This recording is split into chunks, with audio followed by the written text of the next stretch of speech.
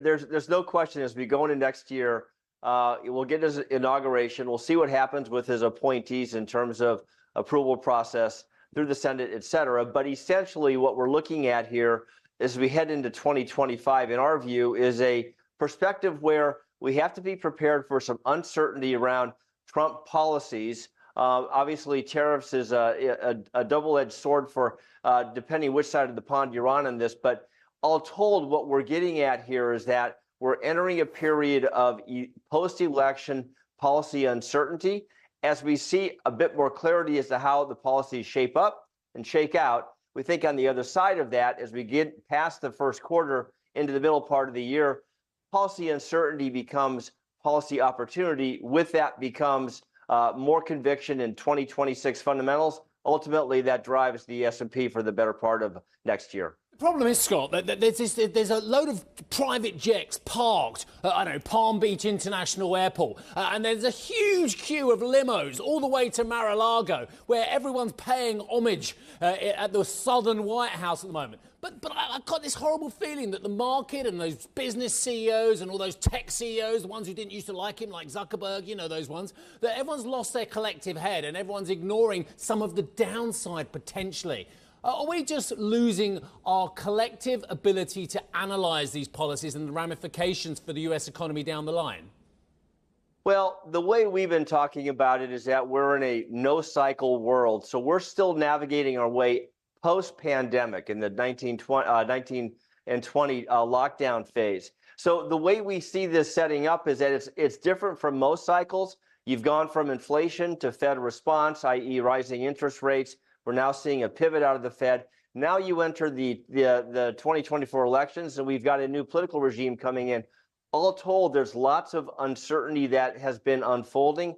The market's been navigating quite well. Why? Because fundamentals have been very resilient, very strong, and we continue to be of the view that as we go into 2025, the one thing in our view you can count on is the S&P 500 for sure continuing to show a very constructive earnings trajectory.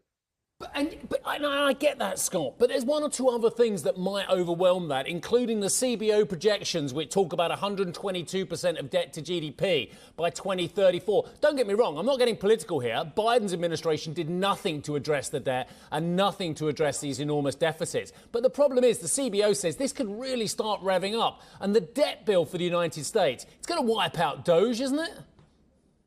Well, I think we have to be sensitive here that Doge is very hard to argue with any attempt to improve government efficiency. But let's face it, trying to turn the trajectory of the deficits could be a very difficult task.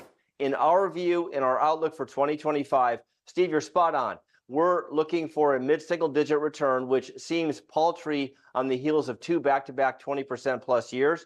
But back of our mind, as we go through this new policy digestion phase, we're still going to be looking over our shoulder at where the deficit's taking us, the cost to finance the deficit, and one of the things that we're concerned about at some point next year is the resurfacing of the bond market vigilantes. So there are lots of issues that we're going to have to contend with, but under the surface, as you think about, okay, we have a very good opportunity here to address some of the efficiency angles with the government, potentially have some constraints and where spending goes longer term.